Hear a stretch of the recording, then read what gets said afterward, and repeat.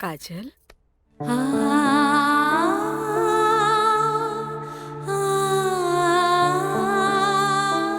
अरे इतना रोवे की कोनो जरूरत नहीं है बेटी। तोर बाबूजी ठीक बाड़न। अरे वो तो बुखार के कारण ब्लड प्रेशर बढ़ गई रहे।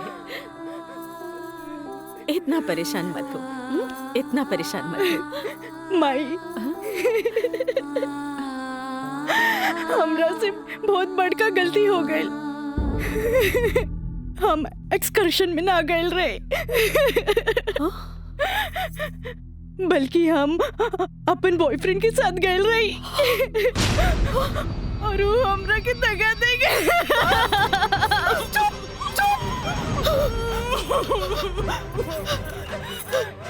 सच सच बता, सच सच बता। कहाँ भाई? तू ठीक तो बाड़ी ना? तू ठीक तो बाड़ी ना? हम ठीक तो ना बानी माई। माई तू हमरा के एक वचन दे कि तू हमरा से दोबारा कुछ ना पूछबे।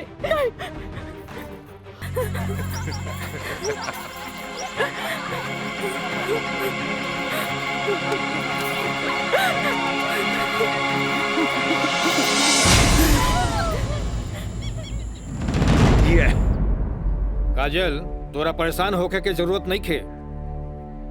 खबर भेजवैनी हा, राज आपते हुई। May I coming sir? Yes come in. का बात बस सर, आप हमके बुलाई नहीं हो? हाँ, ई का सुनतानी हम हो, तोरा जैसे स्टूडेंट के वजह से ही कॉलेज के बदनामी हो जाला। को एजुकेशन के मतलब ही ना हा कि कॉलेज में कोई लड़का लड़की के छेड़खानी करे। लेकिन सर हम कुछ ना सुनने के चाहता नहीं। अब कोई ना कोई स्ट्रिक्ट डिसीजन हमरा लेवे के पड़ी। ठीक बा काजल, तू जा सकेलू। जी सर, थैंक यू। लेकिन सर हम ऐसा क्या कर देनी है कि काजल आपके लगे हमारी शिकायत लेके आ गई है? शुक्र मनावा कि वो हमारा पास आ गईली। अगर पुलिस के पास जईती त सीधे अरेस्ट हो जाता। बुझला, आजकल ऐसन कानून आ गइल बा कि एकरा में बेलो ना मिलेला, सीधे जेल होखेला। बाकी सर वहाँ और भी तो लड़का लेके रहे। हाँ, अरे यह तो हम कहे के चाहत नहीं तोहरा। और भी लड़की रहे, यह लड़की के छेड़े के का जरूरत रहे? वो पेशकार के बेटी के मामला बढ़ जाइत त का होइत? तोहर बाबूजी के हम काम मुंह दिखैती। आइंदा ख्याल रखी है। तू जा सकेला। ठीक बा सर, थैंक यू।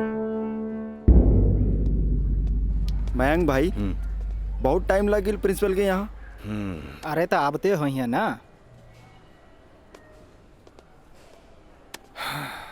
का बात भइल? बड़ा टाइम लागत होला। कहत रहले हाँ, ऐसन के काहे पटावेला जौन शिकायत लेके आवे, ऐसन के पटावा जौन शिकायत ना करे। तो प्रिंसिपल साहब गलत का कहत बड़ा? पता ना काजल में का देख लेले बड़ा कि वही के पीछे भागा जात बड़ा। तोहनी के ना बुझाई, हमरा ओकरे पटावे में मजा आवेला जौना के पटावल मुश्किल बा।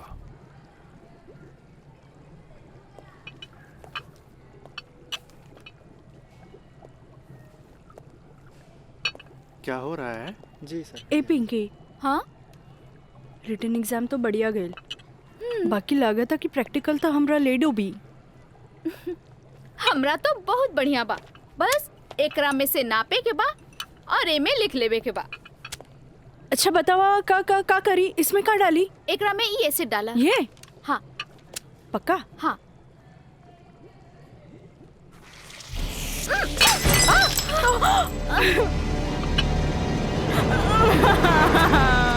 अरे काजल! काजल, where are you going? What happened?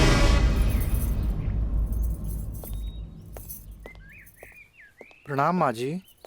प्रणाम, बैठा। अकेले पेशकार साहब कहाँ रह गइलन? उहे बतावे के बा जे आज उनका कचहरी में देर होखी। अच्छा अच्छा। काजल के आज प्रैक्टिकल के आखिरी एग्जाम रहे।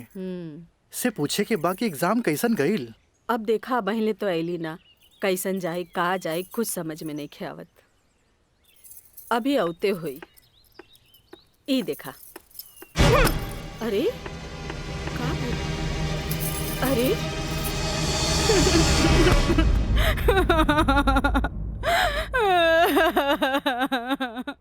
काजल काजल ए काजल का भइल? अरे हमनी के अनदेखी करके यहाँ के रोवे लगलू। अरे का भइल? परीक्षा तो ठीक से गई ना? अरे बोल। प्रैक्टिकल खराब हो गए, एन वक्त पे टेस्ट बुक टूट गए। हम फेल हो जाए भाई, हम फेल हो जाए। अरे का काजल, तू तो बड़ा जल्दी निराश हो जाबी। अब केमिस्ट्री थ्योरी में जहाँ तक हमनी सोचले रहनी, कम से कम तोहरा के 40 मार्क्स तो मिलबे करी। अब प्रैक्टिकल में मार्क्स नहीं हो मिली तब पास होके से के रोकी? बाकी मिथिलेश बाबू, हम तो प्रैक्टिकल में छोड़ के आ गए नहीं हो। अरे तो का भइल, इन्विजिलेटर 0 ही दिहन ना, इतना हदीर काहे होत बारू? हाँ, एग्जामिनर अगर एकरा के इशू बना ले, अब माइनस मार्किंग करें, तब बे फेल होए के बात हो सकेला। अरे तो रो रो के हलकान भैला से का पास हो जेबू? ई देखा था, जा मुँह हाथ धो, भगवान सब ठीक करिए। जा। का ठीक करिए? अरे अब कहा होई कुछ समझ में नहीं क्या, कुछ ना बुझाता हमरा के। माँ जी, अब रहुआ परेशान मत होई, एकर थ्योरी पेपर बहुते बढ़िया गईल हा। अरे तो तुहार गाइडेंस रहे तबे ना। अरे साइंस के स्टूडेंट रही त गाइड कर देनी, एमे का। त ठीक बा, अब तू ही समझावा ओकरा के। ठीक है। आई लघु हो जा चुप। भैया एक सैंडविच लाइए। हाँ हाँ ले।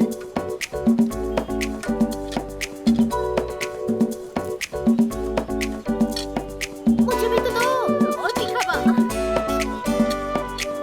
भैया जल्दी से दो ना। मुझे भी। लेकिन छोला थोड़ा ठंडा हो गया है ना? अच्छा बा, ठीक बा। भैया रायदा, अब हमरा के चाहिए बस। अरे खाना यार। कहे अभी से एग्जाम में फेल हो गए लुका? हाँ, कहे चिंता में बड़ू हो? हाँ, चिंता ना रही का, थोड़ा नहीं के। Excuse me girls.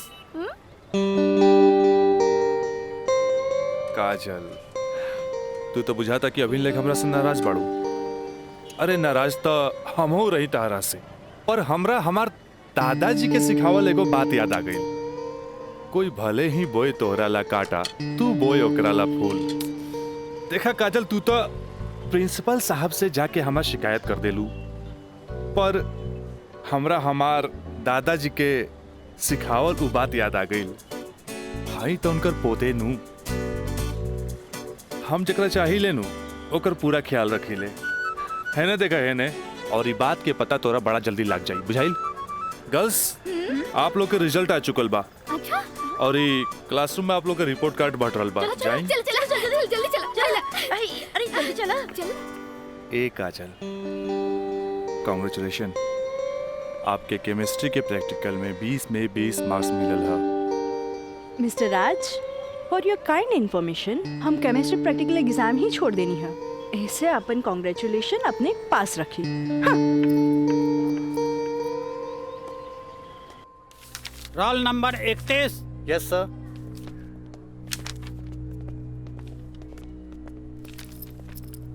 Roll number 32। Thank you sir.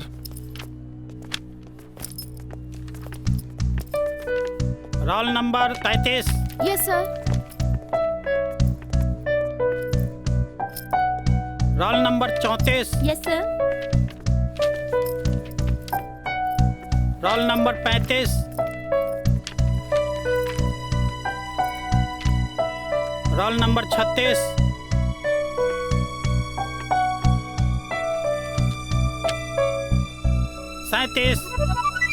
Roll number 38।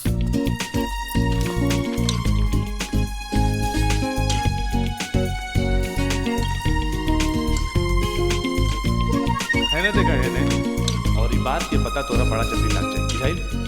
ए पिंकी पूजा, हाँ, का ई देख ना, हाँ? हमरा के सच में केमिस्ट्री प्रैक्टिकल में 20 में से 20 मिलल। ई जरूर राज के कारनामा है, काहे कि ये इन्विजिलेटर शर्मा जी ओकर बंगले पे तो ठहरल रहलन। ओह, हाय मैं मर जावा।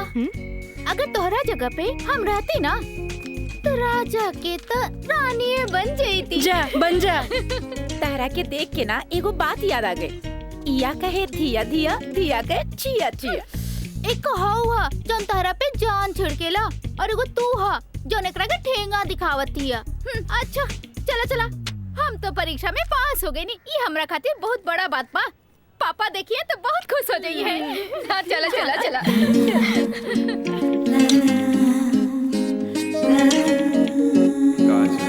दादाजी के सिखावल एगो बात याद आ गई। कोई भले ही बोई तोहरा ला काटा, तू बोई ओकरा ला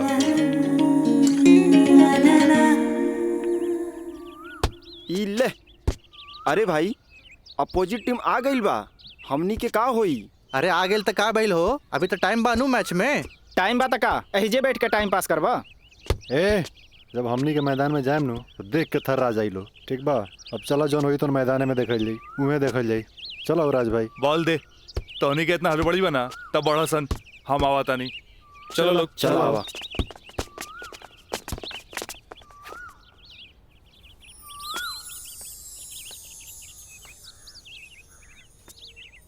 सुनो,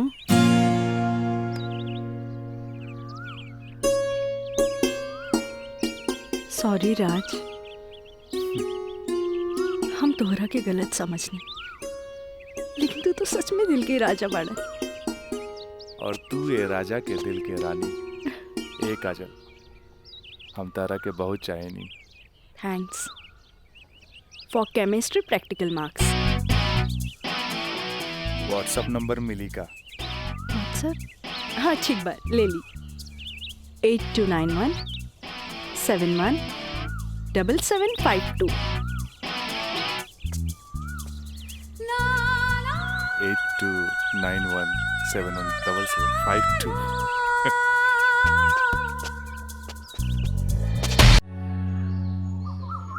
अच्छा ये बताओ यार कि तो हम लोग का प्यार मतलब हाँ प्यार कब से चला था? काजल बताओ ना। बाय। काजल, हम दोनों एक दूसरा से प्यार करेले, फिर भी तू हमरा से दूरी बना के काहे रहेलू? राज, हम कोनो ऐसन वैसन लड़की ना है। जब तक शादी ना होखे तब तक हमनी की दूरी बनौले रखे के चाहिए। गुड, तहारी ये आदा हमरा के निक लागेला। हेने सुना? हाँ? देखा राज, तू हमार कोनो फायदा ना उठा पाई बा। एक मिनट हम आओ तनी।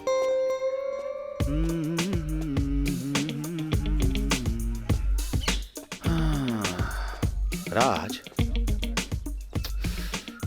यार एगो बात बताई। काजल अब यार हमरा के भी अच्छा लगेगा यार। हम एगो बात बताई। तू हंसुआ के बिया में खुरपी नियन गीत मत गो। वो तोर भाभी लागी। का लागी? भाभी। चल।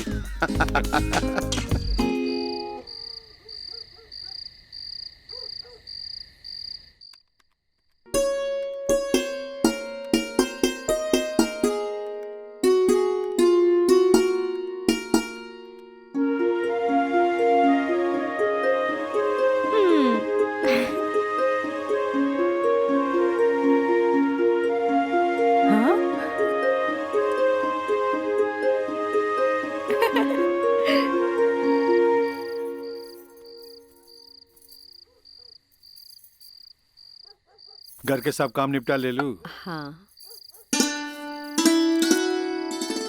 ब्लड प्रेशर के ई लोसर एज खात खात रउआ के सालन बीत गए। अरे एक बेर डॉक्टर से पूछ लेती कहीं गोलियां तो ना चेंज करे के बा। एकर साइड इफेक्ट भी होला। एक बेर हमार बाबूजी के पैर ऐसे ही सूज गए रहे, जब गोली चेंज भइल तो एकदम ही ठीक हो गइल। तू हमार कितना ख्याल रखेलू? अच्छा ये बतावा, तू अपन थायराइड के गोली खा लू कि ना?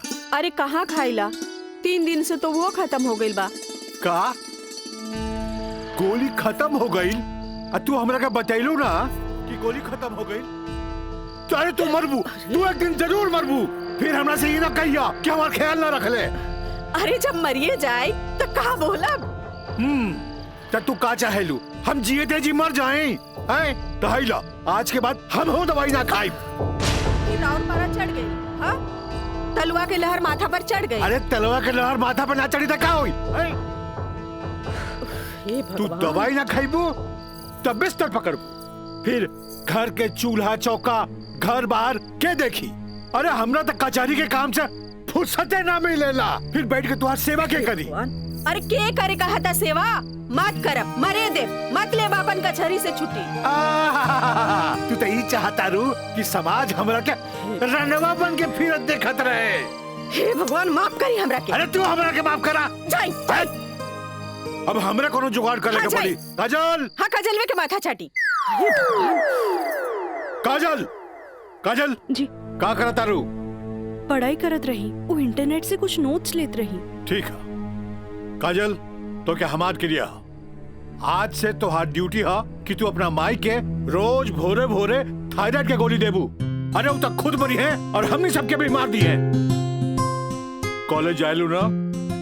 जी बाबूजी, लाइब्रेरी में पढ़ाई खातिर कल संडे है, फिर भी हम जाए। ठीक ना बाबूजी? गुड, वेरी गुड, ऐसा ही पढ़े के चाहिए, तब तरक्की करबू।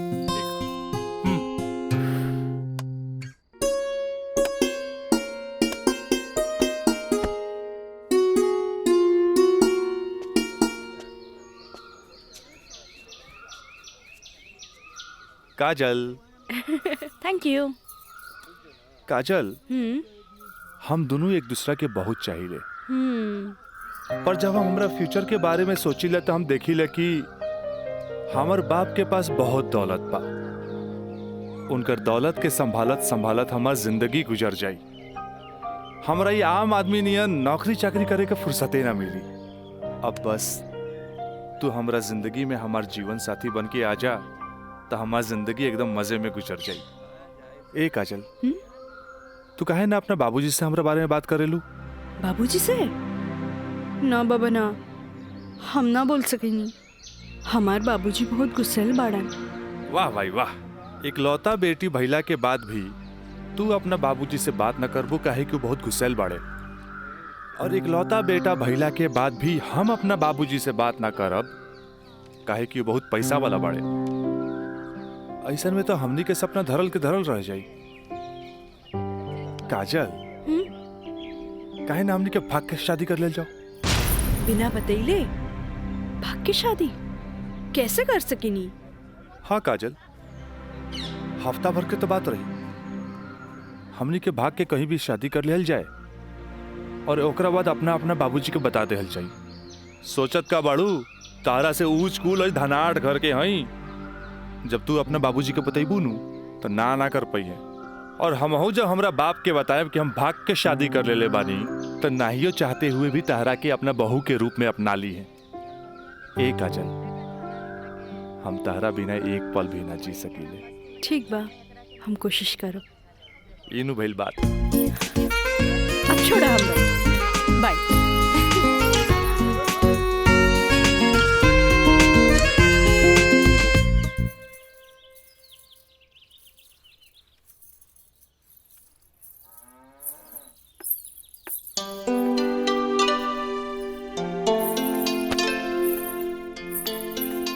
काम आई थोड़ा सा आराम नहीं किया होत का? जब देखा काम का सिर्फ काम ही करबू। हमारा आराम के छोड़, ई बता हमरा से तोरा के का काम पड़ गई जे हमारा आराम के सोचे लगली? काम आई, हम तो हमेशा सोचनी ना माई। कॉलेज से एक हफ्ता एक्सकर्शन खातिर हमनी के हजारीबाग जाए के बा।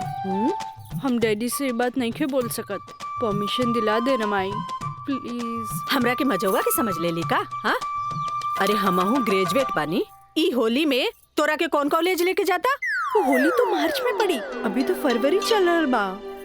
एक ही हफ्ता की तो बात बा माई, प्लीज माई प्लीज। अच्छा, तोर बाबूजी आज ऑफिस नहीं खे गइलन, मिथिलेश के संगे बैठल बाड़े। कौनो शादी में जाए के बा, चल कोशिश करता। Thank you Mai, thank you. Mithilesh, वो कहल जाला ना कि हाकिम के गाड़ी या घोड़ा के पिछाड़ी ना रहे के चाहिए, हैं? मजिस्ट्रेट साहब के इकलौती बेटी के बियाह, यही से हम खुद चलता नहीं तो हम न्योता तोरे हाथे भिजवा देती। अरे रउआ चलती तो उनको भी खुशी होत। हाँ, लेकिन हाँ? ई का कहतिया? का कहतिया? अरे कॉलेज टूर पे एक हफ्ता खातिर हजारीबाग जाए चाहतिया। ये एजुकेशनल टूर आके पिकनिक। एजुकेशनल टूर बोली ना। ये तो निम्मन बात हो सर। स्टूडेंट्स के बाहरी दुनिया देखल उतने जरूरी है जितना विषय के ज्ञान। ठीक है, एजुकेशनल टूर है तो मैं अलाउ करता नहीं, बाकी नो मटर गस्ती, ओनली पढ़ाई। जी पापा। ये बतावा ये सब में कितना खर्चा आई? 2-3 हजार पापा। तू हमारे से 5,000 ले ला, ठीक है? थैंक यू पापा। चलो तू हमरा के दिखावा कि वो न्योता के कागज तैयारी के लिए बांध देले बानी। चलो आए। पिछले हम आवत है, बैठो। जी सर जी। Thank you so much Mithilesh बाबू। अगर रउआ ना बोलती तो ये हरगिज ना मानतन। अरे वो तो हम तुहार मुंह देख के साथ दे देनी। जा मजा करा। कैसन लागल? वाह सो ब्यूटीफुल। ये कहाँ लेके आ गई ला? पहले चला था तब ना पता लगी। उतरा। अरे स्टैंडवा कहाँ चल गई?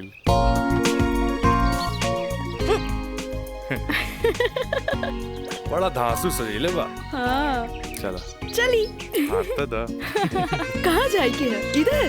हाँ, इधर जगह तो बड़ा झकास बा। क्या यार राज, कब से हम तुम्हारे इंतजार करत बनी, इतना लेट कर दे तू। मयंक राज मयंक यहाँ? हाँ एकरा पहले भेज देनी। इस सारा जे तामझाम बा इस सब के अरेंजमेंट के करी। यार तो हम लोग का शादी खातिर एक विद्वान पंडित से बात कर ले बानी, और देखा तोहनी के आराम खातिर यहाँ सारा साधन सुविधा मौजूद बा। और हाँ हनीमून खातिर स्वीट रूम भी बुक कर ले बानी। और देखा अब हम निकलता नहीं कहे कि हमारा के मंदिर जाए के बा, और मंदिर जाके पूरा शादी का सामग्री लेके आए के बा। बाप रे इतना सब तैयारी। अरे शादी की करबा, हमार दोस्त राज का शादी बा। गलत बात। शादी होता हमार सपना के शहजादी काजल के राज के साथ। अच्छा देखा यार, जो तू पैसा दे रहा ना सब पैसा खत्म हो गए कुल ताम झाम में। ऐसा करा कि हमरा के तू 25,000 रुपया और दे दा, काहे कि बहुत सारा काम बाकी बा अभी। पैसा के कौन बात भाई, ई ले। अगर बाबूजी अगर ये शादी करते नु तो लाख के खर्चा लाखों में चल जाई। दोस्त महिम रिश्तेदार पूरा शहर के बुलाईते।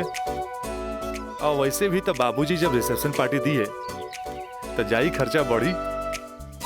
अच्छा हम निकल रहे हैं, बहुत सारा काम बाकी बा। ठीक बा, तू लोग आराम कर। चलो बाय बाय। बाय। तो काजल अब तक गला लगईबू नु यहाँ? तो यहाँ के जाना था हमनी के। ओ Raj I love you. I love you too. जुबान निकालिए, बंद कीजिए। ठीक है।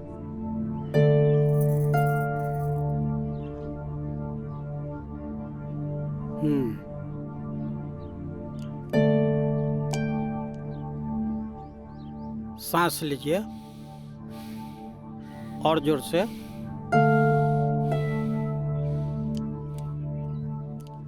घबराए के कोई बात नहीं है। ऊपर के बीपी थोड़ा बढ़ गई है। अच्छा। से लागता कि काम के प्रेशर ज्यादा बा। जी नया मजिस्ट्रेट आइले हाँ से कुछ ज्यादा ही फाइल इनके हवाले कर देले हाँ। ठीक है, ठीक हो जाई। अभी आंख लगल बा, सोए दिन का के।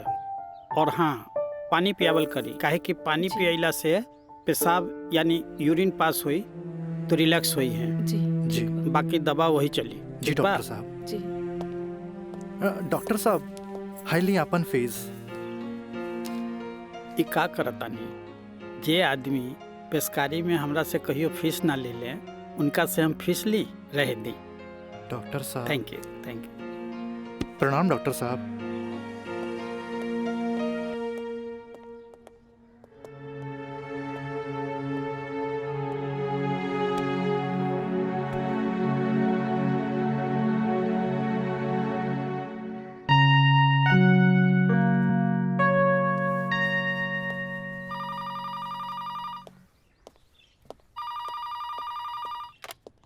हेलो, हम काजल बोले तानी।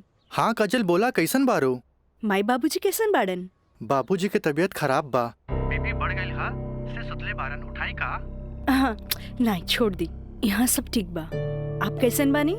हाँ हम तो ठीक बानी। माई के बुलाई का? ना रहे दी, आके हम सरप्राइज दे।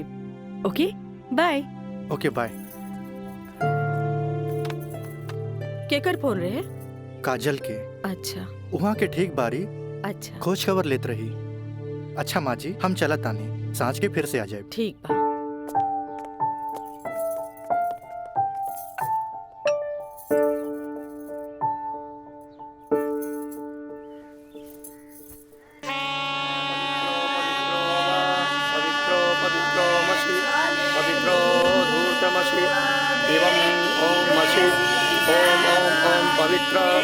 पवित्राः केशवाय माधवाय सर्वेश्वराय अपितृ स्वाहा तत्पुरुषाय स्वाहा। ओम नमः स्वदन्ताय सहस्राक्षाय सहस्रपदे पूर्वशे पवित्रमशे सर्वभूतमशे चन्द्रमशे वामाय ओम ओम ओम ओम बुधाय ओम पवित्रो वा पवित्राय नमः सावित्रे नमः पवित्रे नमः तत्पुरुषाय सर्वेश्वराय नमः ऊर्ध्वमशे पवित्रमशे सर्वमशे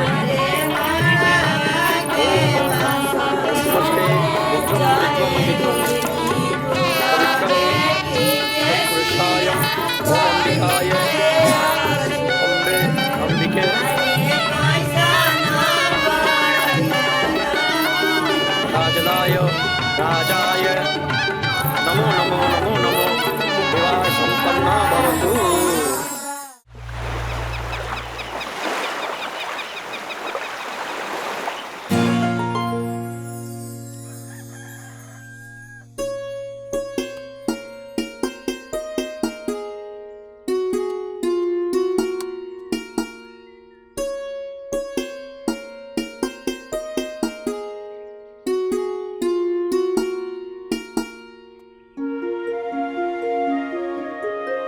काजल, काजल,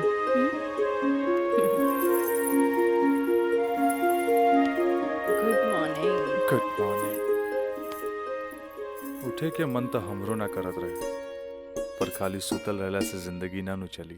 चाय ले लो। गर्मा गर्म चाय। मयंक अपने हाथ से बनेले बन। ए ओ कुछ ना, सिर्फ भाभी खातिर और ई गर्मा गर्म चाय।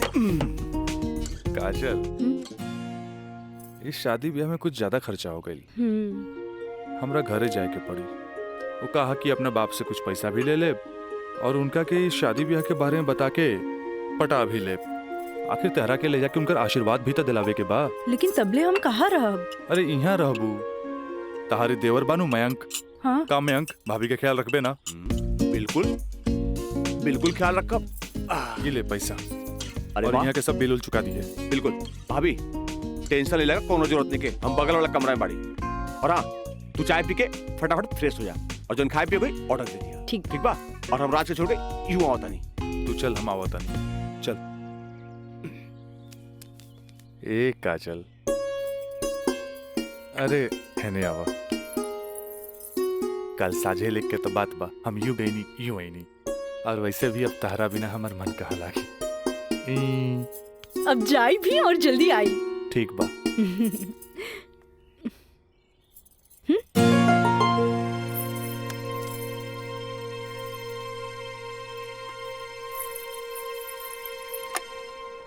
हेलो। हाँ, अरे देख रही हो कि मैं ऑफिस में हूँ, कितना काम पड़ा है, कितनी फाइलें पड़ी हैं, और तुम हो कि ये ले आइएगा वो ले आइएगा। हद कर दिया तुमने यार। मैं कम इन सर? कम इन। अखिलेश बाबू कैसन बाड़न? जी बीपी तो कंट्रोल में हा, बुखार के वजह से थोड़ा कमजोरी आ गई हा, यही से शुक्रवार तक के छुट्टी के अर्जी दे ले हा। कोनो बात नहीं के, दिन रात काम करे वाला आदमी के अरे थोड़ा बहुत आराम तो चाहिए ना। जी कह दिया ऑफिस के चिंता न करे जी। जब वो ठीक हो जावे तबे ऑफिस आवे। ला एकरा के फाइल में लगवा दे। थैंक यू सर।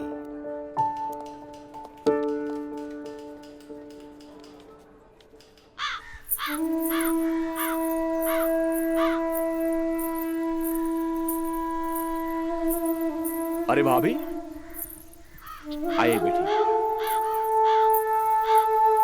भाभी का बात बा? बड़ा परेशान लागत बानी। हम राज के फोन लगा लगा के थक गई नहीं। कभी डेड टोन मिले था तो कभी आउट ऑफ कवरेज एरिया। तोरा पास उनकर कोनो लैंडलाइन नंबर बा? ना भाभी, और हम उनका दूर नंबर पे फोन लगा के थाक के हार के बैठ गई। हैरानी की बात तो ये बाकी कि गईला के बाद ना कोनो खबर, ना कोनो कॉल, ना कोनो मैसेज। भाभी तू टेंशन मत ले, हम अपने को दोस्त के भेजले बानी और जैसे ही खबर मिला था सबसे पहले हम तोरा के बताई। ठीक बा, हम अपन कमरे में बानी। अरे भाभी घबराए कोनो बात नहीं की, हम बानी ना।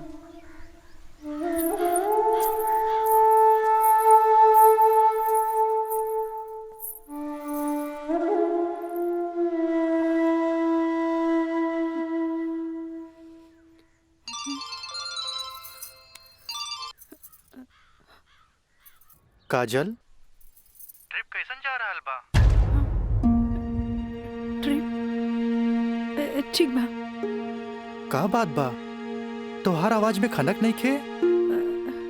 नहीं नहीं, ऐसा कोनो बात नहीं खे। हमार मतलब सब ठीक बा।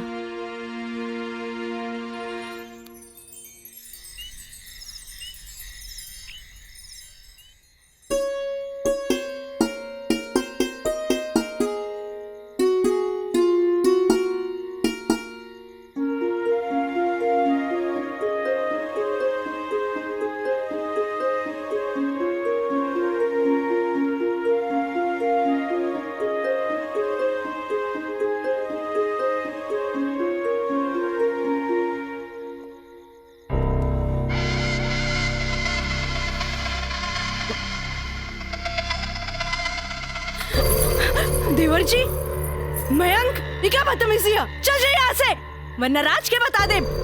किसे? राज से?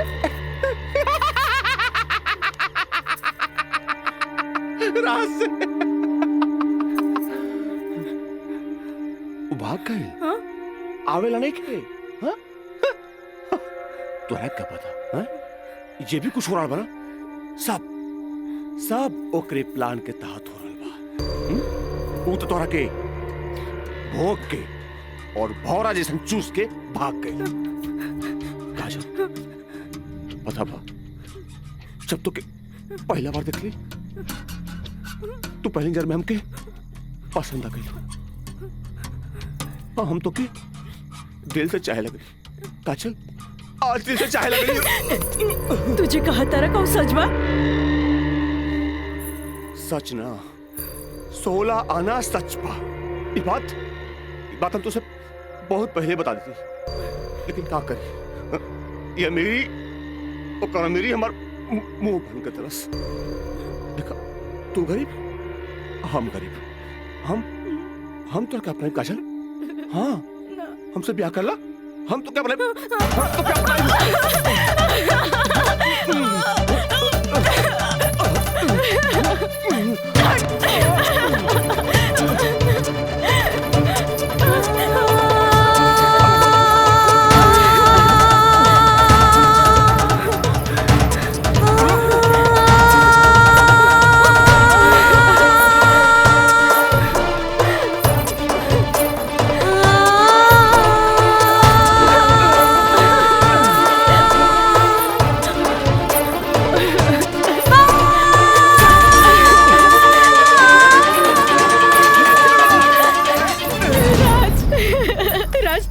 तो क्या चल गए रे हमरा के छोड़ के। ई महंग तो और काजल के बर्बाद करेंगे चाहत रहे। तू बोलत काहे नहीं कि राज बोली ना। हम जहाँ भी गए रही तोरा का मतलब बा? और ये मयंक वैसे भी तोरा सारा के सारा सच्चाई बता देले होई। ये हमार बदला है काजल, बदला। प्रिंसिपल से शिकायत करके ते हमरा के पुलिस और कानून के धमकी त दिला देले रहलिस, पर अब ब्याहता बन के सुहागरात बनेले बाड़ी। एकरा के छेड़खानी और रेप के नाम द नानू दे सकेली। भाभी देख ले लो, हम कितना गला फाड़ फाड़ के चिल्लाता ली, गला फाड़ फाड़ के चिल्लाता रही। भाभी हमसे ब्याह कर ला, हम तुम्हारी जिंदगी भर साथ निभाए, लेकिन ना तोहार तो खोपड़िया में औते ना रहल। देख लो। ठीक है ही तो कहा ताई। हाँ ए काजल, तू मयंक से बियाह कर ले। ऐसे भी एकरा हमार जूठन खाए की आदत बा। तू अब बस हमारे को जूठन बारू, जूठन जूठन। जो भाई बहुत गलत भाई, बाकी हम अपने आप के ठीक कर ले माई, अपने आप। काजल,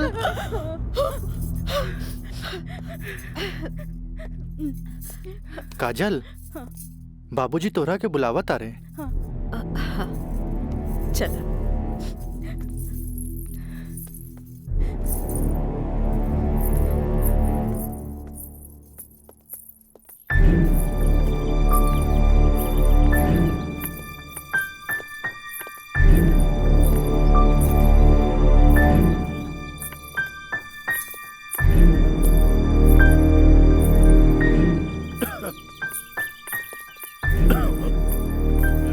प्रणाम बाबूजी। अब तबीयत कैसन बा? आ गइलू बेटा। ठीक है बा। तू बतावा तो ट्रिप कैसन रहा और अब आगे पढ़े के का प्लान बा बेटा?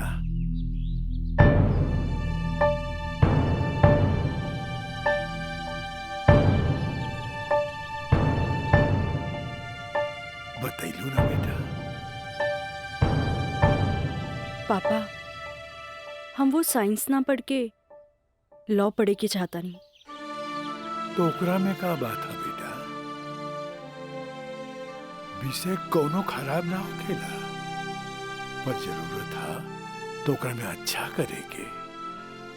अगर तू लॉ ज्वाइन करे के चाहता रहो तो लॉ ज्वाइन कर ला।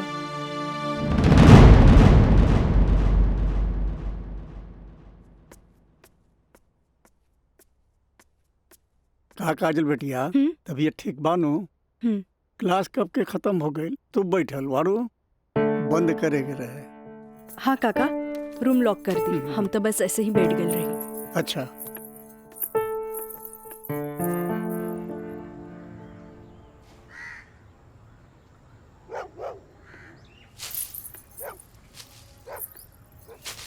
काका,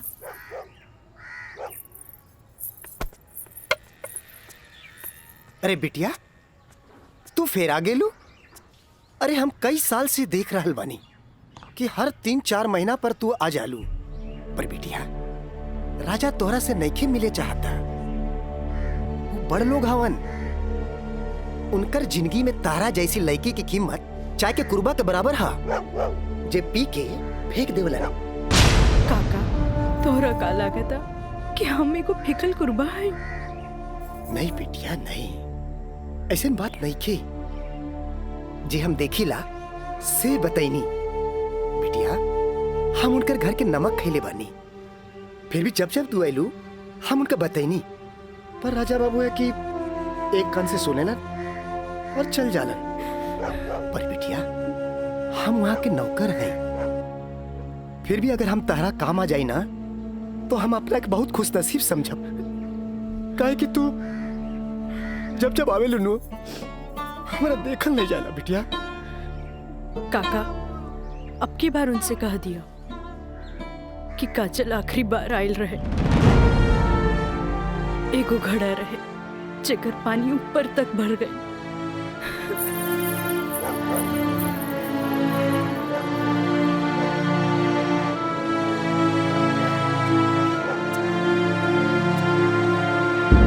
मैडम जी, ये कुछ बिल है।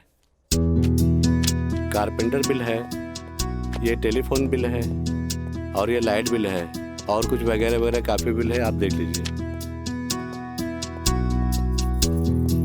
माँ, ये मैनेजर साहब तारा के महीना भर के बिल और खर्चा के हिसाब दे देले। अब तू उठबू, उठ के जईबू, अलमीरा खोलबू, चेक निकलबू, फेन आके बैठबू, तब साइन करबू। हमरा माई के कितना काम करे के पड़ी। यही ला हम सोचने की काहे ना चेकबुक वाले के हम ही आ जाई। नीमन कैला।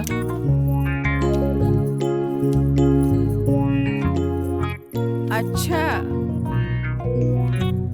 तो तू एम्मा अपन 50,000 का चेक पहले से भर ले बाड़ा। तभी तो हम समझे कि माई के इतना मस्का काहे के। माई, अब तू ही बताओ कि इतना अमीर बाप के लड़का हई तो दोस्त महीन के टाइम टू टाइम पे पार्टी तो देहे के पड़ी ना। देव तो हमरा बाप के ना कट जाए की ना। का मैंने सब बिल्कुल राजा बाबू। जी ले अपन बाप का ना कोच कर। इनू भाई हमरा दुनिया के सबसे बेस्ट माई वाला बात। Love you Mai. मैनेजर साहब। जी मैडम। इस सब रसीद आप एक साथ पूरा बिल कह के हमरा के दें। हम एक गो चेक काट देते हैं। जी मैडम। ठीक है। जी मैडम। हमरा ई बात के बहुत खुशी बा कि रउआ लोग हमार ग्लोबल कंपनी में इन्वेस्टमेंट करे के चाहता नहीं। ये हमरा खातिर बड़ खुशी के बात बा। बाकी हमरा भी कुछ देखे के चाहिए ना कि हम दिन दुगना रात चौगुना करके रउआ लोग के पैसा लौटा दे ताकि मार्केट में हमार साख बनल रहे। Of course. Excuse me gentleman. बाबूजी, हाँ आप हमरा से वादा कैले रहने कि आप हमरा नया कार किन के देब। अब हम खटारा हम ना चलाएं, बुझाइल नू।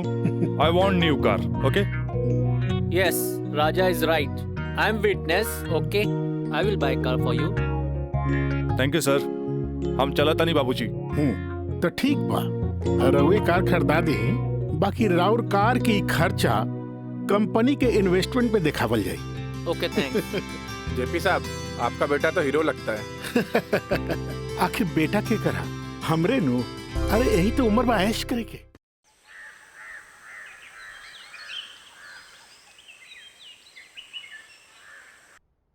काजल जी। तारा के देख के हमें 4 साल पहले के काजल याद आवतिया।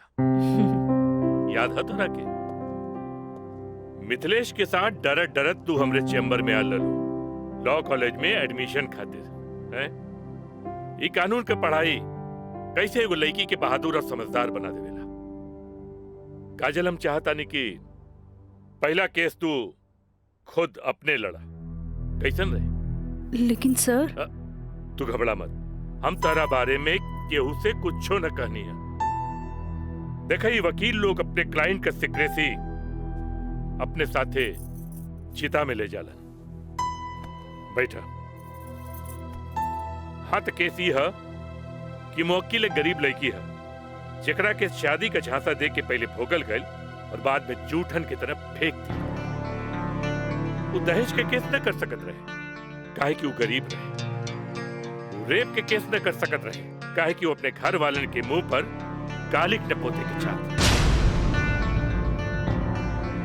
वो प्रताड़ना का केस भी न कर सकत रहे काहे कि वो घर में वो कब्बो रहली नहीं।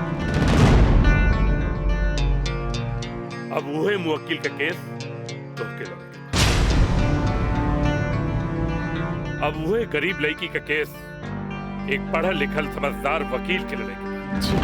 काजल, हमरे नजर में तू एक मर्द लड़की बाड़ू। हमें फख्र बा कि तू हमारे असिस्टेंट बाड़ू। आई एम प्राउड ऑफ यू बेटा। जी सर, थैंक यू।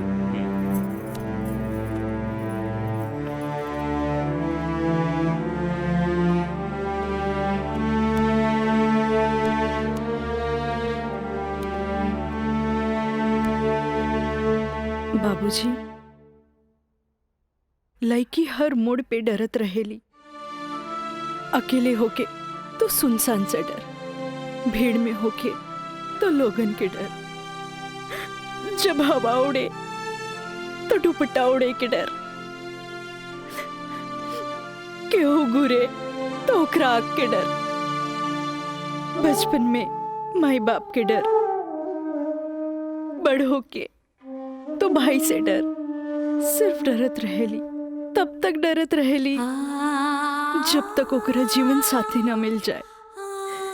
और हमार जीवन साथी तो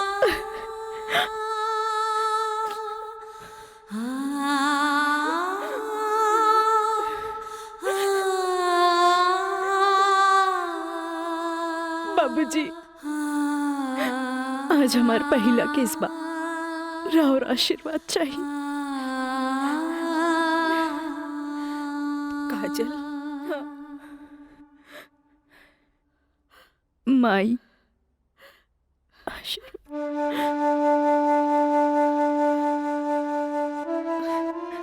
तोरा के वचन तो हम दे चुकल बानी, कुछ ना पूछेंगे। बाकी जौन काम में तू लगल बाड़ा, हमारा आशीर्वाद बा तोरा के कामयाबी हासिल हो। चल।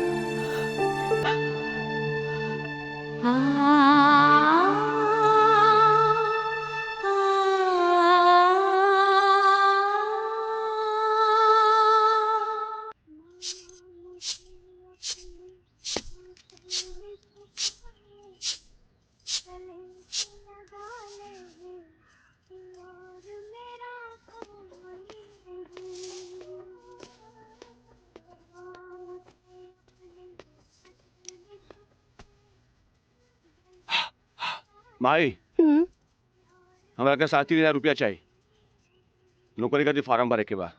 का है वो तो हाथ दोस्त राजा, वो ना करेगा तोरी मदद। भाई अब हमारा के केहू को मदद की जरूरत नहीं है, खुद नौकरी करे के बाद, कमाए के बाद, कुछ बने के बाद। यही तो हम कहा था नहीं, उम्र हो चलल, नौकरी ना करबे तो कौन बाप अपन छोकरी तोरा से ब्याही।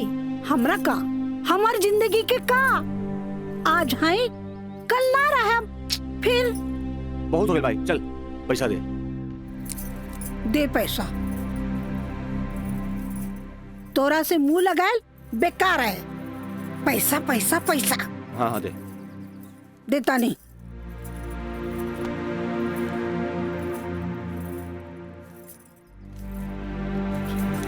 कितना? हम गिन ले ली, दे 500 और दे। ना नहीं, 500 और दे। का है? 3,500 चाहिए। देनी ना। चल आप ठीक काहे मांगता रे? चल। जा, पैसा चाहिए। एक बात कही, तू दुनिया का सबसे अच्छा माई है। चल मैं चलता रही।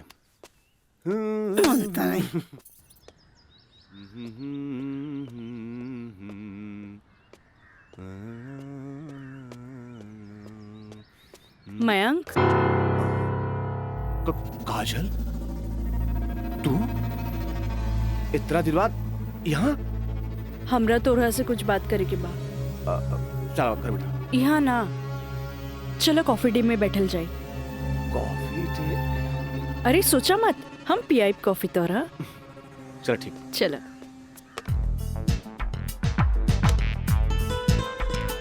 इला। Thank you. पिया ना।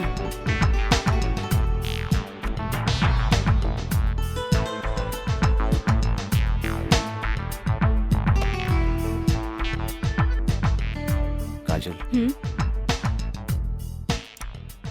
आज तोरा के यहाँ देख के बहुत अच्छा लगा था।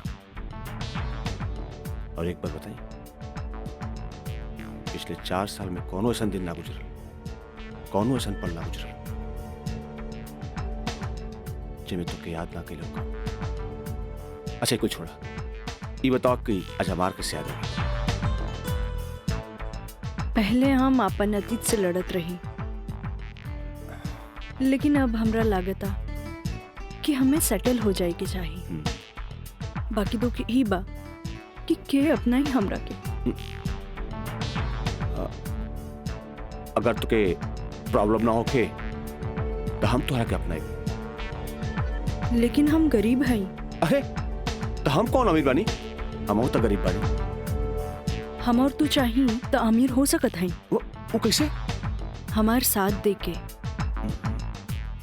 जिंदगी भर साथ दे। ऐसे ना, प्रॉमिस करा। प्रॉमिस। चला। चला। हाँ।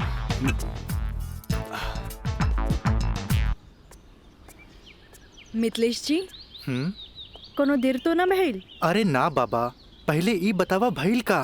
मयंक से साथ देवे की वादा ले लेनी है। अब तू अपन मिशन में कामयाब जरूर हो जाएगी। आगे देखी, लेट्स गो। सुनी, एगो बात कही, सब कुछ जलना के बाद भी आप हमें हेल्प करत हैं, ऐसे हम कबो ना भूल सके। पहले तो ना, पर अब सोचे लगनी हाँ कि जिंदगी के हर लम्हा में आपके जरूरत पड़ी। चल आप चली, तोरा घरे छोड़ दी।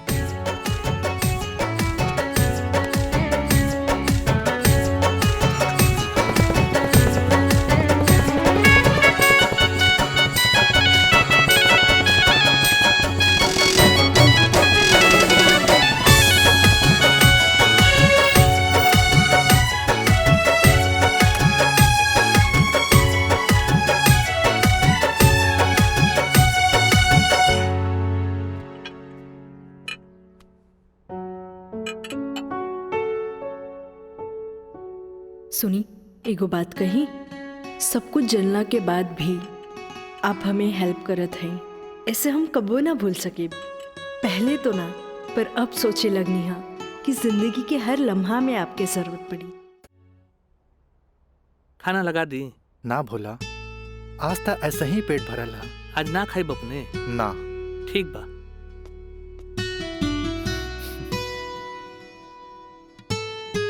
मैं पंडित देवी दत्त शर्मा।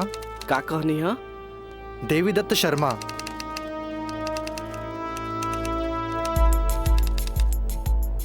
सत्रह मई के भाईल। अच्छा भैया तनी जल्दी करी, देर होता। ली दी।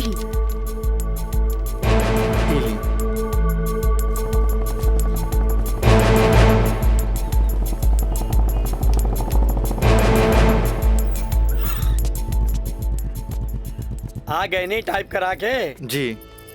लाइन लाइन दस्तखत हम कर दी। एली।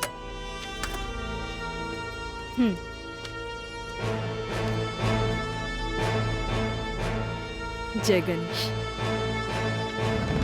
ई कामता हो गई, अब बैंक के दस्तखत लेवे के पड़ी। वो आप हमरा पे छोड़ दी, वो हम ले ले। ठीक है।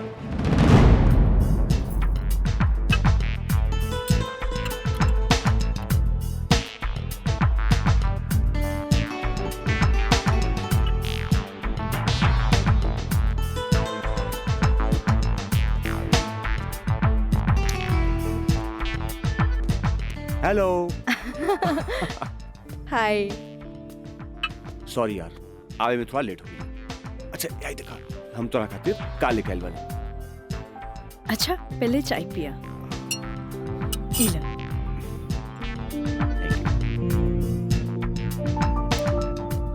अंगूठी सोना के? हाँ। वो है इतना हल्का?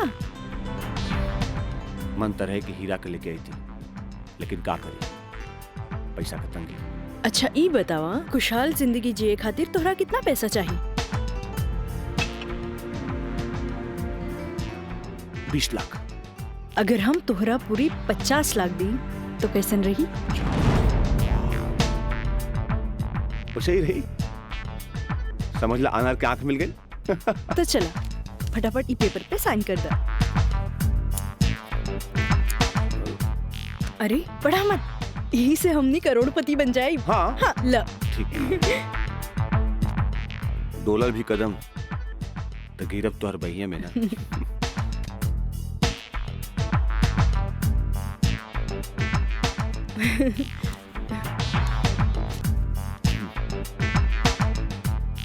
आज से हमनी का नया जिंदगी का शुरुआत।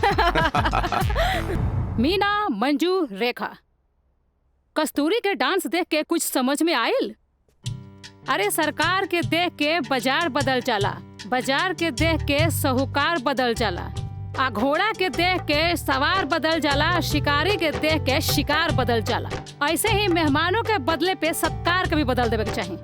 अरे पहले के जमाना कुछ और रहे कि मर्द नाजो आदा पर लुट जात रहे, लेकिन अब जमाना बदल चुकल बा। आज के जमाना के मर्द सबके कमर तोड़ नाच पसंद आवेला। जितने कमर हिलेबू और सीना झटकईबू, मर्द उतने जल्द तोहर दीवाना हो जाए। दिखाओ करके। अरे ऐसे ना, ये देखो। कस्तूरी बाई, कस्तूरी बाई। चाहे नसीब, चाहे नसीब। तक लिया। बहुत दिन बाद तशरीफ लेनी राजा बाबू। भला ऐसे भी केहू केकरो भूल जाला? आए बैठ।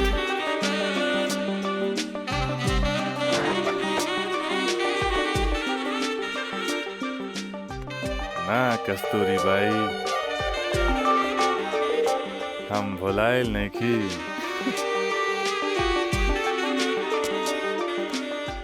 वो तो बस हमार शादी होके वाला बा। ओकरे तैयारी खातिर हम अपना माई के संगे खरीदारी में बिजी रही। फुर्सत पाते तहरा लगे आ गई नहीं। अच्छा एगो बात बतावा, कौनो बेहतरीन डांसर बा हमरा बियाह में नाचे खातिर? बानो एगो नया परिंदा बा। हाँ। मंजू, राजा बाबू का उहाँ ले जा जहाँ आज निराली का प्रोग्राम होता। आई जाए।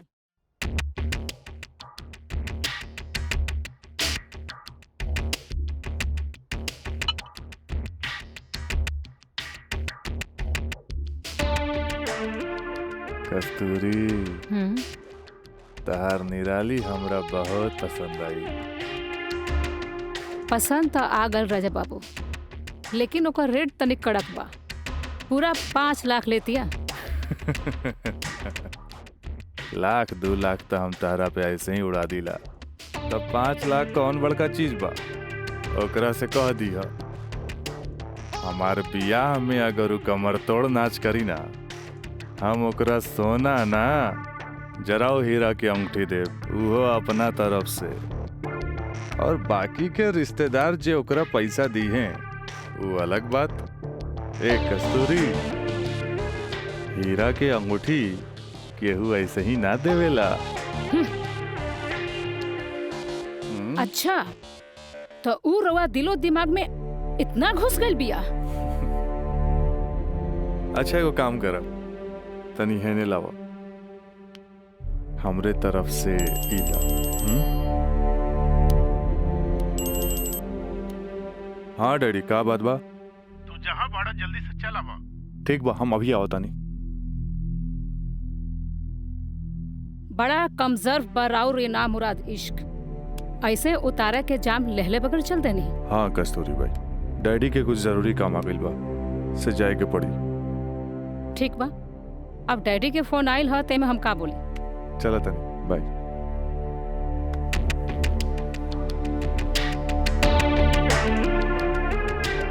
हीरा के अंगूठी तो दे गई, लेकिन तेरा दिल में गड़ल निराली के तीर निकाले के पड़े।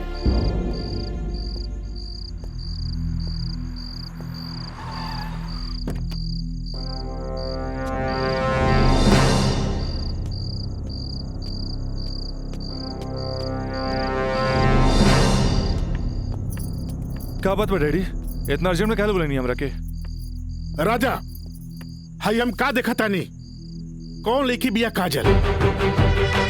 अपना मुंह में करखा लगावे खातिर ओकरा से बियाह कर लेला और फिर ओकरा वही छोड़ के भागैला। अब वो अपना हक मांगतिया। बाबूजी, हम ऐसा कौनो लड़की के नहीं जानत। ए माई माई माई, देखा था इसको कैसे झूठा इल्जाम लगावता है हमरा ऊपर ही। राउर का दिमाग खराब हो गइल बा। अरे जे हमरे लड़किया के ऊपर लांछन लगावत बानी। हमार दिमाग नहीं के खराब भाई, हाई देखा, हाई कोर्ट से नोटिस आइल बा। भगवाने बचावा सी घर के, लागत कि जगदम्बिका पाल के नाक कटिए के रही। केस नंबर 5078, काजल सिन्हा वल्द स्वर्गीय अखिलेश प्रसाद सिन्हा व राजा सिंह वल्द जगदम्बिका सिंह।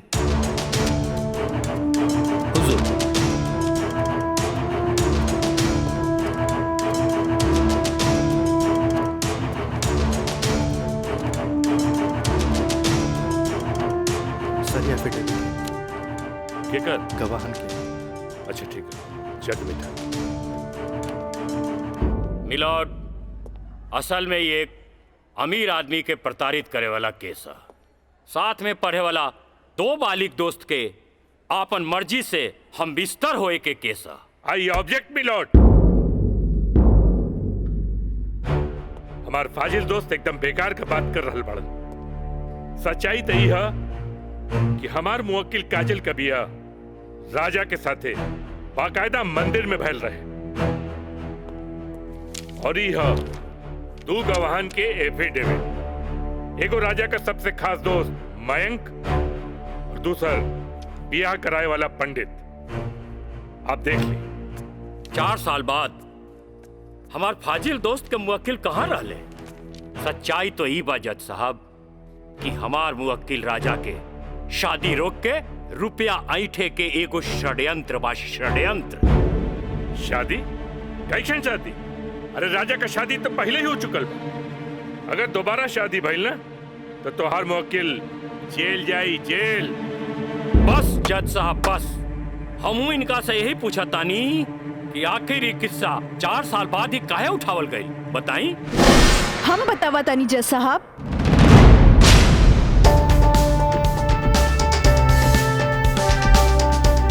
हम बताई।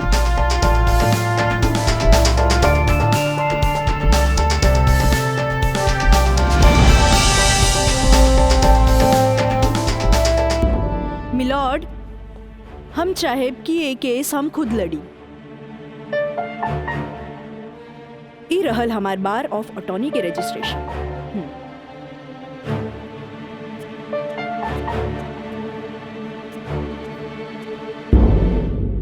ओके, you can proceed. Thank you sir. आशीर्वाद दी। खुश रह। चल। मिलॉर्ड, बचाव पक्ष के वकील बार बार पूछा तारे कि 4 साल हम कहाँ रही।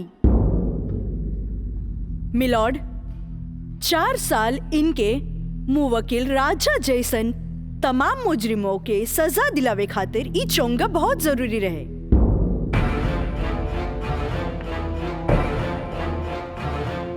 मिस्टर हैदर काज़मी साहब, अब समझ में आयल कि 4 साल हम कहाँ रही कि और डिटेल बतावे के पड़ी। तो मिलॉर्ड, हम केस के स्टडी खातिर हमरा के कुछ समय चाहिए। हाँ,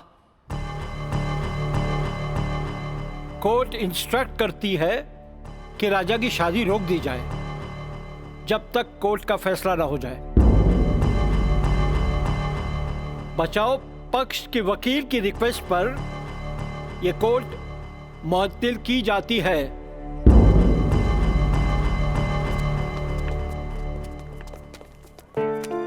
बहुत सही किया। देख के घबरा गई, तुरंत चल गई। बहुत अच्छा। ए वकील साहब, कोर्ट से समय काहे ले लेनी हो? तका करती तू हमरा के बतेबो ना कैला कि लड़की खुद वकील बिया। अरे तय से आपके का फर्क पड़ी? तू का समझबा कि हमरा का फर्क पड़ी? वो लड़की के आईपीसी आदि कानून के सब धारा मालूम हुई। एक खातिर हमरा के जीरा में सावधानी बरते के पड़ी। खैर तू चिंता ना कर, अब अगला तारीख लेवे दा हमरा के। वकील साहब, अगला तारीख रहुआ जल्द से जल्द ले लिहल जाओ और रहुआ पैसा के चिंता एकदम न करब। हम पैसा के चिंता ना करब, अगला तारीख जल्दी ले ले हम। चलो चलो बाबूजी, चलो चलो।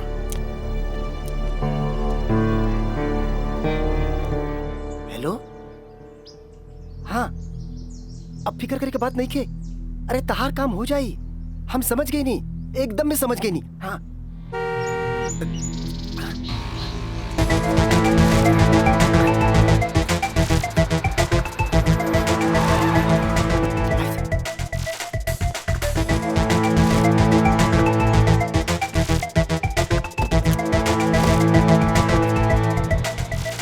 हटा ना, ये पाइप पे कर दिया है। रखा था नहीं। हाँ।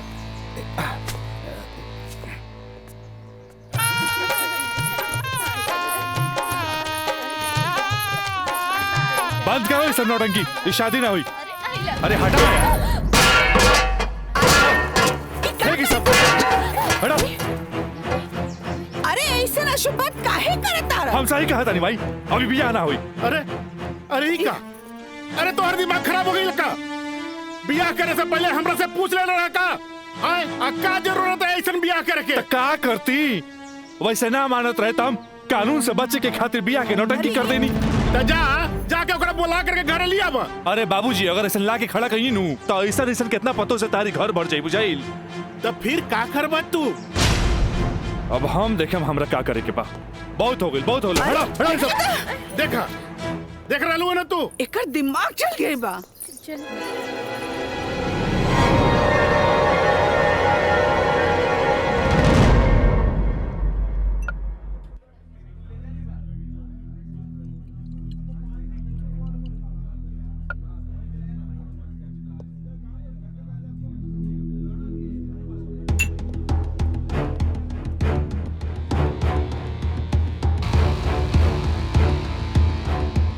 बोला राज, का बात बा?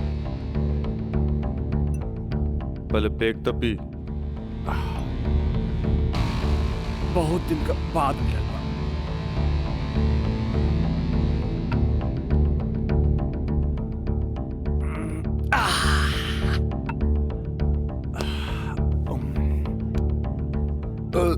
अब बतावा, का बात बा? मयंक,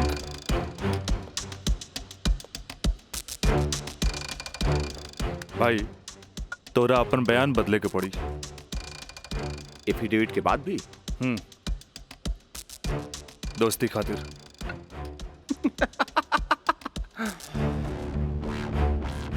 अब बयान देवे का कीमत काजल 50 लाख लगो ले गया। बयान बदले के बाद बयान बदले का कीमत 1 करोड़। 1 करोड़? यस, 1 करोड़। कहे से कि हमरा काजल से ब्याह करके सेटल भी होके के बाद, और हम तोरा जैसा अमीर त नहीं की। और हाँ, अगर डीलिंग मंजूर होके तो तारीख से पहले आ जाइए। अच्छा, हम चलत नहीं।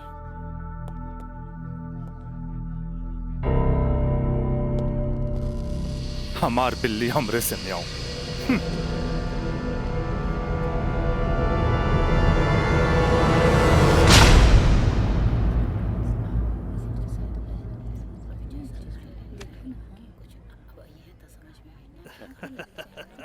आज हम ही जीतब।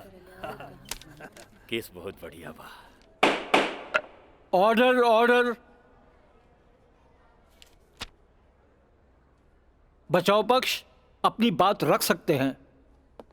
योर ऑनर, बचाव पक्ष के हमार मुवक्किल राजा के हम कटघरा में बुलावल चाहब। ओके, यू कैन।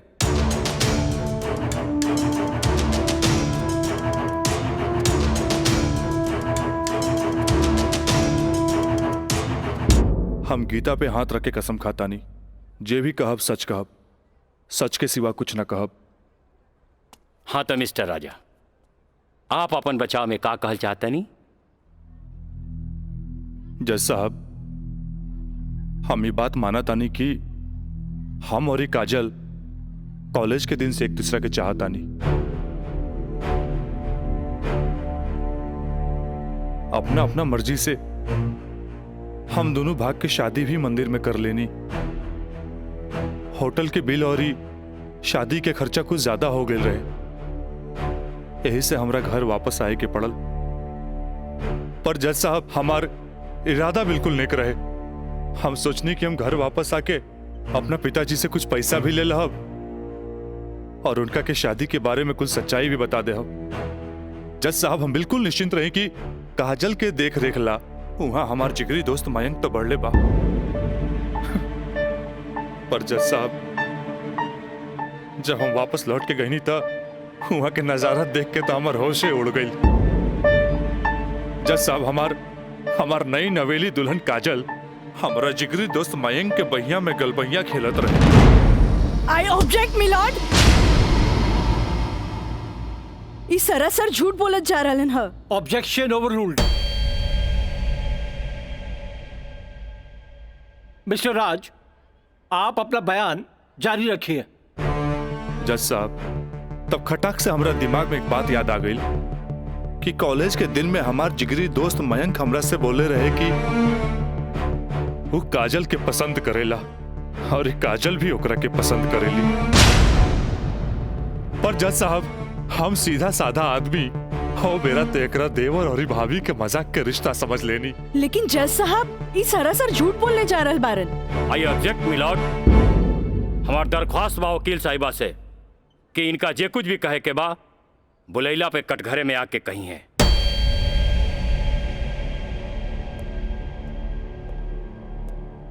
आप कंटिन्यू कर सकते हैं मिस्टर राज। जज साहब, कोई भी आदमी अपना बीवी के केहू दूसरा के भैया में देखी तो ओकरा मन मस्तिष्क पर का गुजरी, ये आप अच्छे से समझ सकीले जज साहब। मिलॉर्ड, ई सरासर झूठ के पुलिंदा आपके सामने रखल जा रहल बा। कोर्ट के गुमराह करे की कोशिश कइल जा रहल बा। तया पानी ना कोर्ट के सही रास्ता दिखावे वाली। अरे घबराई ना, जल्दी ही रहुओ के बयान देवे के समय मिली।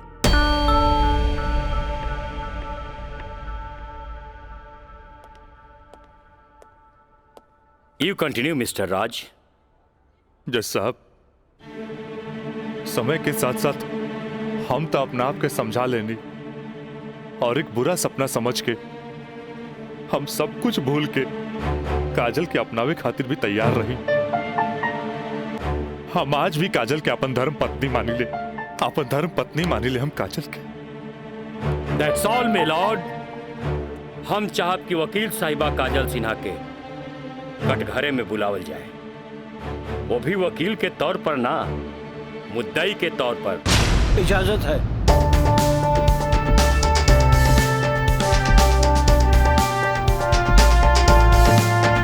जाइए आप बैठिए। हाँ तो काजल सिन्हा जी, हम चाहत कि आपन प्रेम कहानी अपने ही जुबान से बयां करी। जज साहब, ई बात सच है कि हम राज से प्रेम करे लगनी। मतलब ई कि और पहले केहू से प्रेम करत रहनी, बाद में राज से प्रेम करे लगली? जी ना, पहले हम राज से नफरत करत रही, बुझनी?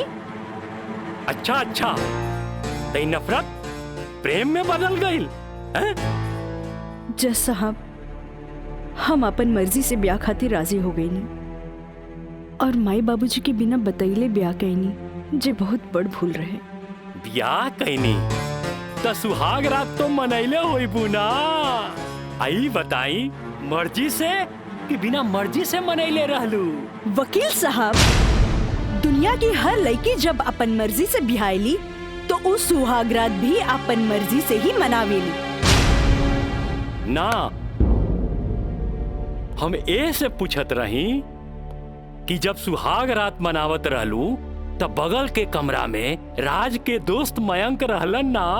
तका भइल, मयंक के हम शुरू से देवर के तौर पे देखत रही। अरे देखत भी रही कि मानत भी रही? मानत भी रही वकील साहब, मानत भी रही। जज साहब, यहाँ तक की कहानी तो महज एक कहानी बा जे हर लड़की के जीवन में आवेला। बाकी सेक्शन 420 तो यहाँ से शुरू हो गई कि एगो पति विश्वास में लेके अपन पत्नी के देवर के संगे छोड़ के चल जाला और उहे देवर अपन भाभी के इज्जत के तार तार करे में हर मुमकिन कोशिश लगा देला।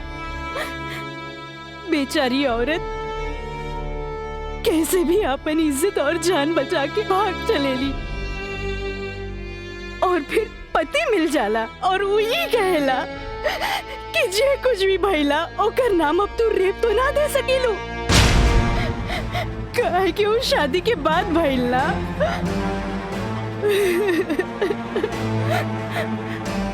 और रहल बात शादी के, तो तू सो कॉल देवर से कर सकेलू, काहे के ओकरा हमार झूठन खाए के आदत है। जज साहब, हमार सगरो अरमान चूर चूर कर दिहल गइल। हमरा कुछ समझ में ना आयल, आखिर हम करी तो का करी? हम परिवार से मजबूर हो गए नी जज साहब, हमरा झूठन बना देल गइल। हम झूठन हो गइली, हम झूठन हो गइली। मिलॉर्ड, अब इनका मेलोड्रामा झूठ हो या साच, इससे साफ जाहिर होला ई झूठन कहां बारी। जबकि हमार मुवक्किल मिलोड एक झूठा सपना समझ के इनका के अपनावे खातिर तैयार बा। इतना ही ना मिलोड, हमार मुवक्किल के पिताजी जगदम्बिका पाल जी एक लिखित बयान में मिलोड इनका के बहू बनावे खातिर तैयार बाड़े। इली काजल, जबकि राज, उसके परिवार और यहाँ तक कि उसके पिता भी तुम्हें एक्सेप्ट करने के लिए राजी है, फिर तुम्हें क्या प्रॉब्लम है?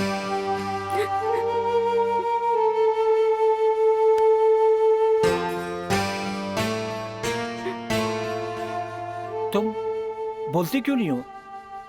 कुछ तो बोलो।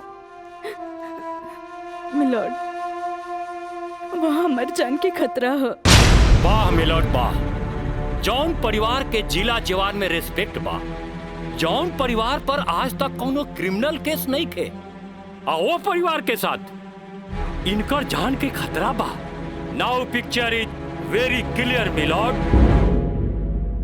जज साहब, हम वकील साहब से ई पूछे के चाहतनी, जब इनकर मुवक्किल और उनकर पूरा परिवार वो लड़की के एक्सेप्ट करे के रेडी बा, तब उनकर घर में दूसर शादी की तैयारी काहे चलत रहे? हमरा त लागता कि ई लोग कानून के अंधा समझ के ओके बेवकूफ बनावे चलल बा। आज के लिए कोर्ट मुअत्तल की जाती है। The court is adjourned for further dates.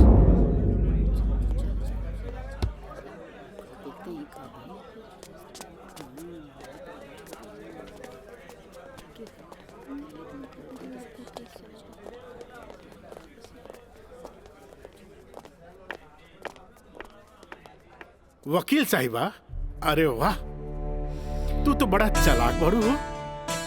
Affidavit करवा के मैं कि तू अच्छा यूज कैलू। आपके के कह दलस कि कोई वकील के सबूत इकट्ठा करे खातिर चालाक ना होके के चाहिए? बाकी चालाकियों में भी हम तोहर बापे निकला। और अगला डेट में दूध में ऐसा पानी मिलाई देखते रह जाबो। चलो बाबूजी। देखो काजल जी, कल कोर्ट में उनके वकील ने जो बहस की, ये एक केस है 99 दिल्ली का। तुम्हारे केस से बहुत कुछ मिलता जुलता है। जी सर। और इसमें उसके पक्ष में फैसला हुआ था। मैं इसको अंडरलाइन कर दे रहा हूँ। ओके। हाँ। तो ये पॉइंट जो है, ये पॉइंट ध्यान से पढ़ लेना। जी सर। और कल तुम्हारी बहस में ज्यादातर ये बातें होनी चाहिए। ओके। समझ गई ना मिथिलेश? जी। थोड़ा ध्यान रखना, ये सारे पॉइंट्स इसके दिमाग में बैठ जाने चाहिए, क्योंकि सारी बहस इसी पर होनी है। जी। कल की बहस बहुत इंपॉर्टेंट है। जी सर। ये बुक ले जाओ, अच्छी तरह से इसकी स्टडी कर लेना। जी सर। ठीक है, जाओ बेटा। Thank you sir. God bless.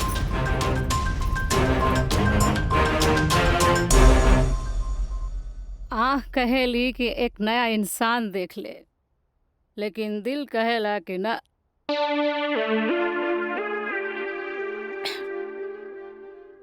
कि वह शख्स एक दिन लौट के जरूर आए।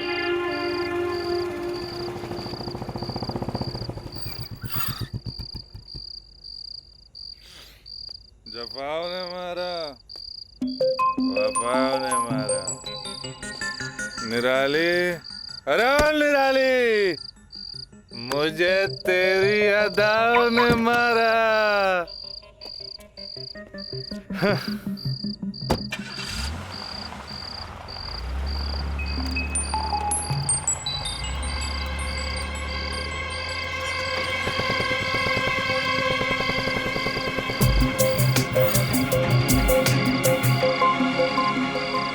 राज यहाँ प्रोस्टिट्यूट एरिया में?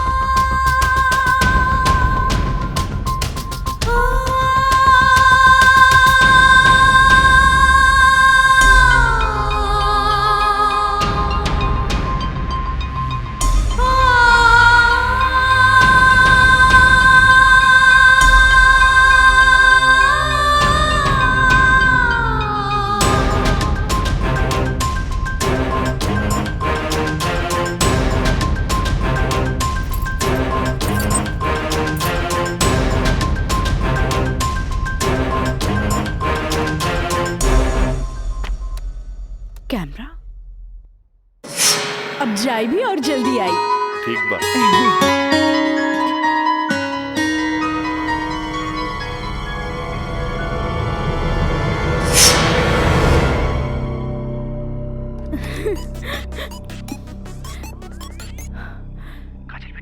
हाँ काका, काजल बोला तानी। काजल बिटिया काम हो गई। काम हो गई काका। जल्दी से 3 कोनवा पर आ जा। ठीक है काका, अब तानी। का भगवान, केहू देखत तो नहीं खे। इला तार दिहल कैमरा और ई रहल कैमरा के चिप बिटिया। हे भगवान, बहुत बचपुचा के आइल बानी ताकि केहू के शक ना हो। थैंक यू काका। अरे रिका बिटिया, देखा बिटिया, भगवान के घर में देर होला, अंधेर नहीं खे, और भगवान तारा बहुते कामयाबी दी है। अच्छा बिटिया जी। अच्छा बिटिया, हम जाता नहीं। ठीक बा।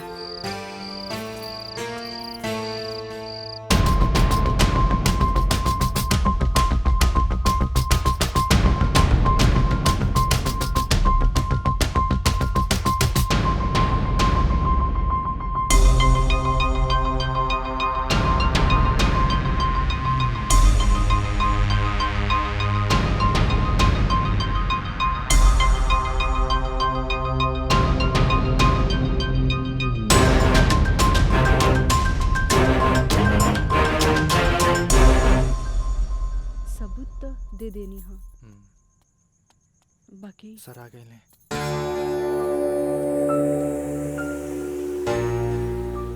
प्रणाम सर। खुश रह काजल।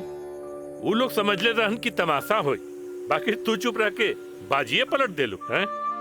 तू जौन भी सबूत हमरा के देले रहलू, हम सब स्टडी कर ले ले। बहुत सही है। I am proud of you बेटा। Thank you sir. God bless you. Mithilesh ji, कल कोर्ट पे मिले जाए। ठीक बा सर। ठीक है, चलो। प्रणाम सर।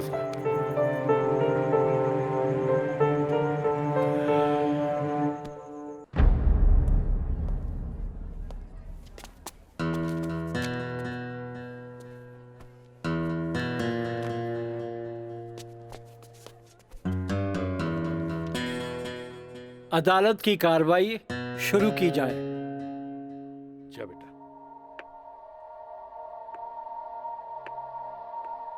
मिलॉर्ड, असल में ई केस एगो अय्याश अमीर आदमी के अय्याशी के केस है। साथ में पढ़े वाली छात्रा के अपन अय्याशी के जाल में फंसा के ओकर असमत से खेले के केस है। I object milord. हमार वकील साहिबा के शायद दिमाग खराब हो गई बा जी। हमार मुवक्किल पर बेबुनियाद घटिया इल्जाम लगा रहल बाड़ी। मिलॉर्ड, जेकरा ई घटिया और बेबुनियाद इल्जाम कहतारे ओकर बुनियाद हा। हम चाहे कि इनकर मुवक्किल राजा के कटघरे में बुलावल जाए। इजाजत है।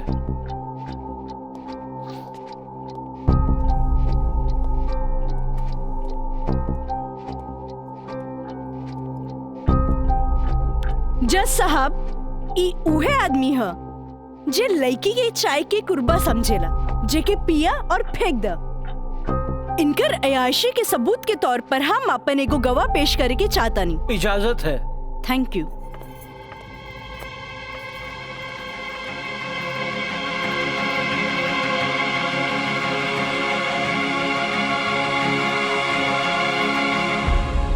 जज साहब, इस शहर के जानल मानल तवाइफ कस्तूरी बाई है। हाँ तो कस्तूरी बाई, ई जे सामने कटघरा में खड़ा बाड़न, का आप इनकरा के पहचाने ली? अरे इनकरा के कैसे ना पहचाने?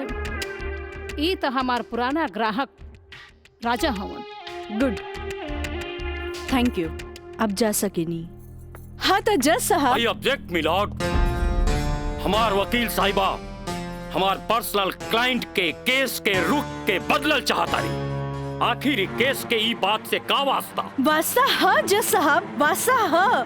जॉन परिवार के रिस्पेक्ट के गुणगान हमार वकील साहब करत आ रहल बारन, वो परिवार के एक लौता बेटा के चरित्र से वास्ता कैसे ना रही? बताइए जज साहब।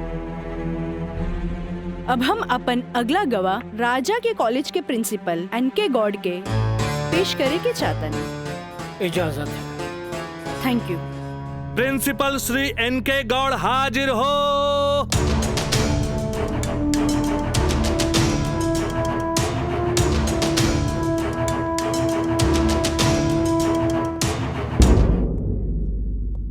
हाँ तो प्रिंसिपल साहब, आपकी कॉलेज की एक छात्रा काजल सिन्हा के साथ जब ई शख्स सरेआम छेड़खानी कैलस और जब वो आपसे रिपोर्ट करे के बाद पुलिस में जात रही तब आप का कहनी? हम ओकरा के पुलिस में जाए से रोकनी और राज के हिदायत देनी कि आपन आदत से वो बाज आवे, काहे कि हम ना चाहत रही कि रसूखदार परिवार पर कोई आँच आवे। Thank you. नोट किया जाए मिलॉर्ड। रसूखदार सुनल गई ना जज साहब, हमार वकील साहब के हिसाब से जॉन परिवार पे एक भी क्रिमिनल केस ना हुई भी तो कैसे। खैर, अब हम सबूत के तौर पर इस रसूखदार परिवार के एक लौता बेटा के जिगरी दोस्त मिस्टर मयंक के पेश करे के चाहता नहीं। इजाजत है। गवाह मयंक हाजिर हो।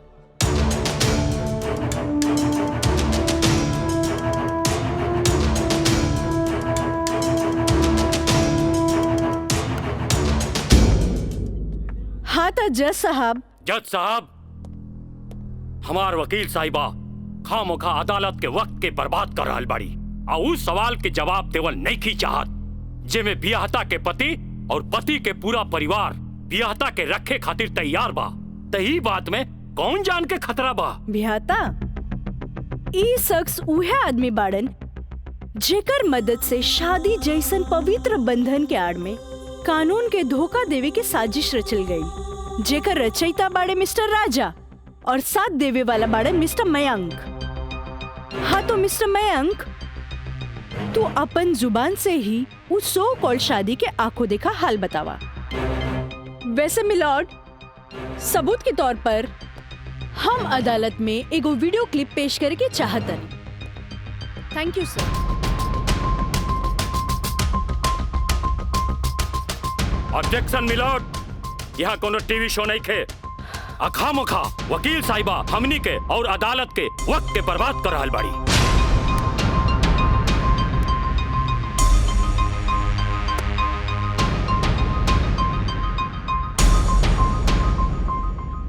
जज साहब, वीडियो क्लिप में साफ दिख रहल बा कि दुल्हा दुल्हन के दाएं बाएं ना बल्कि आमने सामने बैठाल गईल ह, जे हिंदू रीति रिवाज से बिल्कुल गलत बा और ऐसे नहीं से भइल काहे कि पंडित से शादी ना करावल गई, एक बहरूपिया से पंडित के रूप धरावल गई। आप यही क्लिप के साथ पंडित के बयान खुद से देख ली। जज साहब, हम रेलवे कर्मचारी हैं, रुपया के लालच हमरा के नकली पंडित बने पर मजबूर कई देलस। जज साहब, हम एक गरीब आदमी बानी और पैसा का लालच बड़े बड़े लोगन के अच्छा और बुरा समझे का शक्ति के छीन लेला। हम तो एक गरीब आदमी बानी,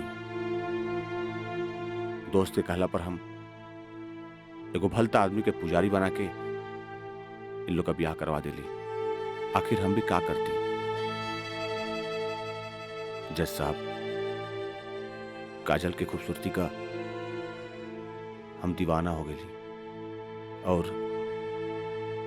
काजल के पावे खातिर हम समाज और कानून के हर सीमा के भी लांग गईली। हाँ तो जज साहब, हमार दूसरा वीडियो क्लिप देखी जे ई साबित कर दी कि धारा 420 से शुरू हो करके धारा 376, 375, 362, 361, 120B के उ लड़की के साथ अंजाम दिल गल बा। और जज साहब, लगे हाथ हमार दूसरा वीडियो क्लिप भी देख ली प्लीज।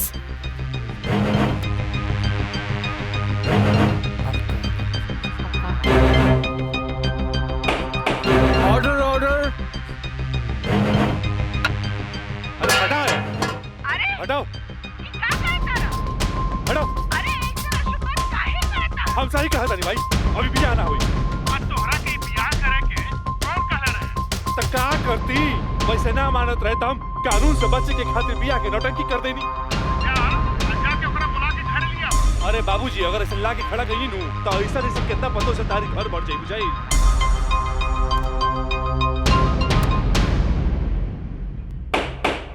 Order order. सारे गवाह और बयानात को मद्देनजर रखते हुए अदालत इस नतीजे पे पहुंची है कि मुजरिम का मकसद पहले से ही धोखाधड़ी से कहीं आगे था, क्योंकि उसका मकसद उस लड़की को धोखा ही नहीं देना था बल्कि उसके साथ शारीरिक संबंध स्थापित करना था।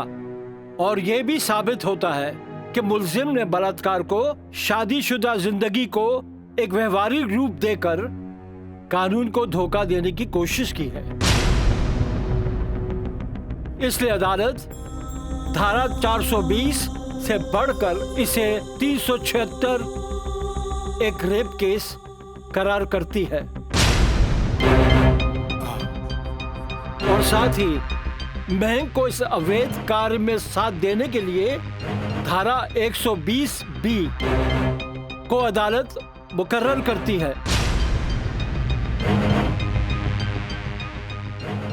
धारा 376 के तहत मुलजिम राजा सिंह को 9 साल एवं उसके साथी महंग को धारा 120B के तहत 4 साल बामुशक्कत कारावास की सजा देती है और पंडित देवी दत्त को नौकरी से बर्खास्तगी के साथ IPC 34 एवं 120B के तहत 2 साल की सश्रम कारावास देती है और अदालत जगदम्बिका पाल सिंह जैसे हर अमीर बाप को यह हिदायत देती है कि पुत्र के मुंह से उनके उल्टे सीधे कारनामों में बेटों का साथ न दें। और इन्हीं फैसलों के साथ अदालत आज बर्खास्त की जाती है। Thank you.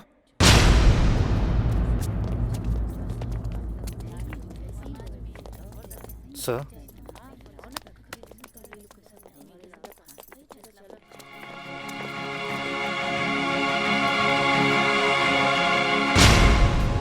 ए बेटा, हम तोरा बिना हम कैसे जियब रे?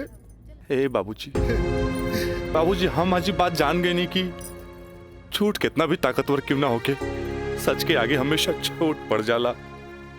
एक औरत अगर अपना आदमी के बना सकेली तो वह औरत अपना आदमी के बर्बाद भी कर सकेली। बाबूजी हम कबो औरत जात की इज्जत ना कईनी, उनका के अपना पाव के जूती समझनी, पर हम भूल गए रहनी की जन धन दौलत पे हम इतना घमंड करे ले। बाबूजी वो तो एगो लक्ष्मी के रूप है। बाबूजी हमारी गलती माफी के लायक तो नहीं खे, पर हो सके तो हमरा के माफ कर दे। ए बेटा, तुहारी पश्चाताप के आंसू में तुहार पाप सब धुल जाई रे। चलिए इंस्पेक्टर साहब। Kajal, congratulation, I am really proud of you. Congratulation तो हमरा के बोले के चाहिए, काहे कि जीत हमरा लिए अकेले पॉसिबल ना रहे जी आप हमार साथ ना देती। Good, I am really proud of you Kajal. Thank you sir.